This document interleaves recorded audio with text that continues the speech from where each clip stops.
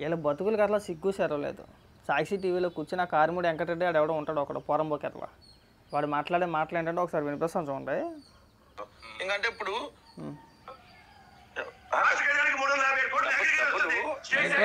Already ఉంది. రెండోది శాలరీలు ఇచ్చేసి నాకు ఎందుకంటే 4వ తారీఖు కదా ఎన్నికలు వస్తున్నాయి, అప్పటికే శాలరీలు కూడా పడిపోయినాయి. సో పోయిన ఏదైతే జూన్ నెలకు సంబంధించిన దాంట్లో ఎందుకంటే ఇప్పుడు వాళ్ళు 5,000 కోట్లు డబ్బులు ఉండగా ఇంకా 7,000 కోట్ల రూపాయలు ఈ రోజు 5,000 కోట్లు పెట్టిపోయారు. 5,000 కోట్ల డబ్బులు దట్టు మళ్ళీ మిగిలిన పథకాలకు సంబంధించిన కూడా ఆ డబ్బులు కూడా అన్నింటినీ వేసేసాం ఆల్రెడీ అందరి ఖాతాల్లో కూడా. ఇది ఎలక్షన్ అయిపోయినా కూడా ఖాతాల్లో వేసాం. నేను చెప్పించు కొట్టడం తప్పుడేదవా. వీళ్ళంటే ఖజానాలో 5,000 కోట్ల రూపాయలు పెట్టి వెళ్ళిపోయారంట. జగన్మోహన్ రెడ్డి ఖజానాలో 5,000 కోట్ల రూపాయలు పెట్టాడంట. అది కాకుండా ఏదైతే గతంలో బటన్ నొక్కాడో జగన్మోహన్ రెడ్డి దానికి కూడా డబ్బులు వేసాడండి పూర్తిగాను. లో ఆఫర్ ఎదవలారు మిమ్మల్ని వేసి పిచ్చుకొట్టాలి మాకు అర్థం కావట్లేదు, నిజంగా అర్థం కావట్లేదురా. ఎవరో జనాలు పిచ్చోళ్ళనుకుంటున్నారా లేదంటే మీరు పిచ్చోళ్ళు చేసే ప్రయత్నం చేస్తున్నారో మాకు అర్థం కావట్లా. కేంద్రం ఇచ్చిన నిధులు రావి ఎలక్షన్ రిజల్ట్ అయిన తర్వాత కేంద్రం ఇచ్చిన నిధుల్ని కూడా వీళ్ళు అకౌంట్లో వేసుకున్నారు. అంటే మనకు రావాల్సిన వాటా ఏదైతే ఉందో కేంద్రం నుంచి ఆ నిధులను కూడా జగన్మోహన్ రెడ్డి ఖాతాలో వేసి బోకేది ఏం చెప్తున్నాడంటే మేము 5,000 కోట్ల రూపాయలు ఖజానాలో పెట్టి వెళ్ళిపోయాము, అది కాకుండా 7,000 కోట్ల రూపాయలు చంద్రబాబు నాయుడు గారు అప్పు చేశారు, ఏం చేశారు ఈ డబ్బులు అని చెప్పి అడుగుతున్నారు. ఇప్పుడు పనికి మన పోరంబోకి ఎదవలు. వీడి అమ్మ జీవితం ఈ నా కొడుకులు మనిషి పుట్టక ఎలా పుట్టారో మనిషి జనం ఎలా ఇస్తారో అర్థం కావట్లా. జగన్మోహన్ రెడ్డి దిగిపోయే సమయానికి రాష్ట్ర ఖజానా 0 మినిమం 100 కోట్ల రూపాయలకు లేవు అందులో. ఎప్పుడో బట్టలు నొక్కేశాడు జనవరిలోని ఫిబ్రవరిలోని మార్చి 3 నెలల్లో బట్టలు నొక్కేశాడు. 7 బట్టలు 8 బట్టల్లో నొక్కాడు. 14,000 కోట్ల రూపాయలు బకాయిలు బటన్కి సంబంధించి. బటన్ నొక్కేటప్పుడు లేని ఆంక్షలు డబ్బులు పంచేటప్పుడు వచ్చినాయి అంట. ఎలక్షన్ కూడా వచ్చింది కదా, కేసులు వేసారు, ఇవ్వలేదు అడ్డుకున్నారని చెప్పేసి అని. నువ్వు బటన్ నొక్కింది ఎప్పుడయ్యా అంటే ఎలక్షన్ కూడా రాకముందే నొక్కాడు.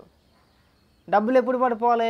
బటన్ నొక్కిన 1-2 రోజుల్లో. అంటే ఈరోజు బటన్ నొక్కాడు కాబట్టి ఇవాళ రేపు సమయం, ఈ 2 రోజుల్లో డబ్బులు పడిపోతే హ్యాపీ, ఎలాంటి అభ్యంతరాలు ఉండవా. వీడు జనవరిలో బటన్ నొక్కేస్తాడంట, మే నెలలో డబ్బులు ఎత్తాడంట. ఈ బోకేదవాళ్ళు చెప్పే సలహాలు ఎలా ఉంటాయి, ఉచిత సలహాలు మాట ఇవన్నీ కూడా. ఇవాళ విశ్లేషణలు అన్నీ కూడా ఈ పనికి మళ్ళీ లెట్టగా చెప్తారు వీళ్ళు. నీకేమైనా సిగ్గు సర్వేనా అనిపిస్తుంది అంటారా కారుమూరి? కొంచెం అయినా సరే. ఇంకా మాట్లాడుతున్నాడు చూడండి ఒకసారి వినిపిస్తా. అది మా క్రెడిబిలిటీ. అబ్బా తర్వాత ఇది రైతులకు ఇన్పుట్ సబ్సిడీ కూడా వెంటనే అయిపోయింది కదా, ఎలక్షన్ అయిపోయిన అదే ఎలక్షన్స్ ముందు వెళ్తే ఎన్నికల కోడ్ వల్ల ఆపించారు వీళ్ళే. నేను అదే అంటున్నా, చెప్పించి కొడతాం అంటున్నా. ఎన్నికల కోడ్ వల్ల ఎలక్షన్ కోడ్ వల్ల ఆగిపోయిందంటే చెప్పించి కొడతాం అంటున్నా. బటన్ నొక్కటానికి లేని కండిషన్లో లేని అనుమతులు డబ్బులు ఎత్తానికి ఎందుకు వచ్చినాయి? పెద్ద సభలు పెట్టేసుకుని బటన్ నొక్కాడు కదా. రైతులకు ఇన్పుట్ సబ్సిడీ పేరున ఒక పథకం పేరు చెప్పి, అలాగే అమ్మఒడనో విద్యాదేవినో ఇంకా రకరకాల పేర్లు చెప్పి పెద్ద పెద్ద సభలు పెట్టుకుని బటన్ నొక్కాడు కదా. బటన్ నొక్కగా లేని డబ్బులు ఎత్తానికి ఎందుకు వచ్చింది అంటున్నా. ఈ ఎదవలు దానికి సమాధానం చెప్పంటారంటే దానికి ఒక్కడు సమాధానం చెప్పడం. దానికి సమాధానం చెప్పడం మానేసి ఇక్కడికి వచ్చి మొండేడుపులు, మేము డబ్బులు వేసాము, మేము ఖజానాలో డబ్బులు ఉంచాము. ఎక్కడ ఉంచారా మీరు? డబ్బులు ఎక్కడ ఉంచారు అసలు? రాష్ట్ర ఖజానాకి మీరు ఉంచిన డబ్బులు ఎంత? మీరు ఎంత ఉంచారు? జగన్మోహన్ రెడ్డి ఎంత ఉంచాడు?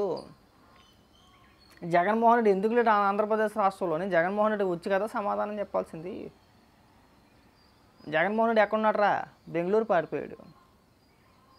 సమాధానం చెప్పలేక మీడియాని ఫేస్ చేయలేక గతంలో కాదు కదా, ఇప్పుడు పిచ్చి ముదిరిపోయింది బాగా. ట్యాబ్లెట్లు లేని వర్కౌట్ అవుతావు. గతంలో ఎప్పుడో 2014 నుంచి 2019 వరకు కూడా అప్పుడప్పుడు కొన్ని మీడియా అడిగిన ప్రశ్నలకు సమాధానం చెప్పేవాడు. అది కూడా ఒక 3 మీడియా ఛానల్ ఎప్పుడో బ్యాన్ చేశారులే, ఈనాడు, ఏబిఎన్, టీవీ5. ఆ 3 మినహాయించి మన సాక్షి ఎంతసేపు అక్కడ సాక్షినే ఉండేది.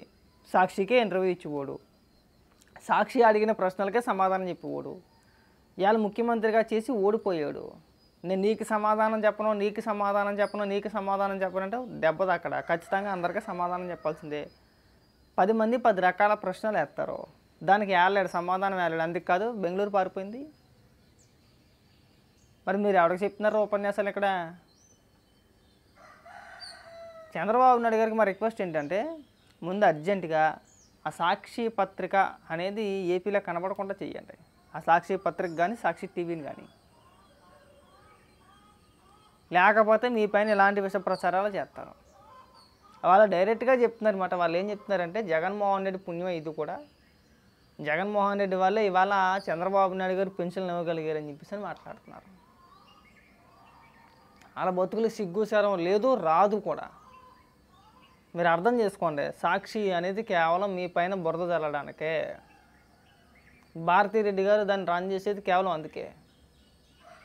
భారతిరెడ్డి గారికి ఉన్న ఒకే ఒక లక్ష్యం తన ముగ్గురిని సీఎం చేసుకోవాలి, ముఖ్యమంత్రిని చేసుకోవాలి, అలాగే మీ పైన విషం చెమ్మాలి, విష ప్రచారం మీ పైన చెయ్యాలి. ఆవిడకుండే లక్ష్యం అదొకటే. ఆ లక్ష్యంతోనే ఆవిడ పెంచి పోషిస్తున్న ఈ కేఎస్ ప్రసాద్ కానీ, లేదంటే ఆ కారుమూరి వెంకటరెడ్డి గారు కానీ, లేదంటే ఆ ఈశ్వర్ గారు కానీ, ఇంకా చాలామంది పకోడీ యాదవులు అన్నారు ఇంకాను, వీళ్ళంతా కూడా ఆవిడే స్వయంగా పెంచి పోషిస్తుంది వీళ్ళందరినీ కూడా. భారతిరెడ్డి గారే, సాక్షి యజమాని భారతిరెడ్డి గారే కాబట్టి భారతిరెడ్డి గారిని అడుగుతున్నాను నేను. మీరు చెప్పే వార్తల్లో కనీసం ఒక్క ముక్క అయినా నిజం ఉంటుందా? అన్నీ అబద్ధాలే కదా, ఒక్క మాట కూడా వాస్తవం ఉండదు కదా. మీకు దేవుడు ఎందుకు సిగ్గట్లేదో మాకు అర్థం కావట్లా. ఇవాళకి మాకు అర్థం కాని ప్రశ్న అది ఒకటే. మీరు ఎన్నికల ముందు బటన్ నొక్కేసి, బటన్ నొక్కిన రోజు లేదంటే బటన్ నొక్కిన తర్వాత ఒక 2-3 రోజులు అటు ఇటులో మీరు డబ్బులు వేయకుండా ఒక 3 నెలల కాలం పాటు పబ్బం గడిపేసి ఒక 2-3 రోజుల్లో పోలింగ్ ఉందనగా ఎలక్షన్ కమిషన్కి ఒక లేఖ రాసేసి మేము ఎప్పుడెప్పుడో బటన్ నొక్కేసాము, అప్పుడు మాకు చేత కాలేదు, మీరు ఇప్పుడు అనుమతులు ఇస్తే మేము డబ్బులు వేసేస్తాం. ఎన్నికల సంఘం ఒప్పుకుంటుంది అలాగా? ఎక్కడైనా సరే, ఆంధ్రప్రదేశ్లోనే కదా, ఏ రాష్ట్రంలో అయినా సరే అలా ఒప్పుకుంటారా? ఒప్పుకోరు అలాగా. నువ్వు ఎప్పుడైతే బటన్ నొక్కావో అప్పుడే డబ్బులు వేయాలి నువ్వు. మనం దూలకేం బటన్ నొక్కలేదు కదా, పల్లెకేం బటన్ నొక్కలేదు కదా. ముఖ్యమంత్రి హోదాలో ఉండి జగన్మోహన్ రెడ్డి ఏమైనా దూలకి బటన్ నొక్కాడా? లేదు కదా. డబ్బులు ఎత్తానికే కదా బటన్ నొక్కింది. జగన్మోహన్ రెడ్డి బటన్ నొక్కింది దేనికి? డబ్బులు ఎత్తానికేనా? మరి నువ్వు అప్పుడు డబ్బులు వేయకుండా ఎలక్షన్ ఇంకా పోలింగ్ 2-3 రోజులు ఉందనుక డబ్బులు వేద్దామని చెప్పేసి లేఖలు రాడింది దీనికి.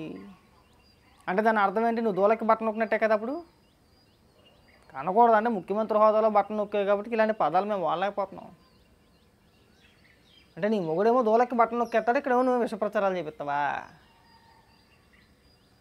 అని బతుకు సిగ్గు అనిపించట్లేదు అసలు. మేము కూడా చాలా కంట్రోల్గా అనకూడదు, వద్దు. ఇంట్లో ఆడవాళ్ళని తీసుకొచ్చి మాట్లాడడం సబబు కాదు అనుకుంటాం. కానీ నువ్వు ఇలాంటి పెచ్చ విష ప్రచారాలు అని తీసుకొచ్చి, ఆ పకోడీ కానీ తీసుకొచ్చి, ఈ పకోడీ కానీ తీసుకొచ్చి విష ప్రచారం చేపితే గట్టిగా ఉంటుంది. ఇలాంటి మాట్లాడతాం. సాక్షి యజమాని నువ్వే కాబట్టి భారతిరెడ్డి, జగన్మోహన్ రెడ్డి కాదు. జగన్మోహన్ రెడ్డి తేల్చి చెప్పేశాడు, నాకు సాక్షికి సంబంధం లేదని చెప్పేసాను. సాక్షి యజమాని ఎవరైతే వాళ్ళపైన ఖచ్చితంగా ఇలాంటి ఆరోపణలే ఉంటాయి. ఎవడు ఎన్ని రకాలుగా అనుకున్నా, ఎవడు ఏం చేసినా సరే గట్టిగా ఉంటాయి సమాధానాలు. కాబట్టి భారతిరెడ్డి గారు ఇక్కడి నుంచి అయినా కానీ ఒళ్ళు దగ్గర పెట్టుకొని మన విష ప్రసారం చేసేటప్పుడు చాలా జాగ్రత్తగా ఏది వాస్తవం ఏది అవాస్తవం అని తెలుసుకొని మాట్లాడితే బ్రహ్మాండంగా ఉంటుంది.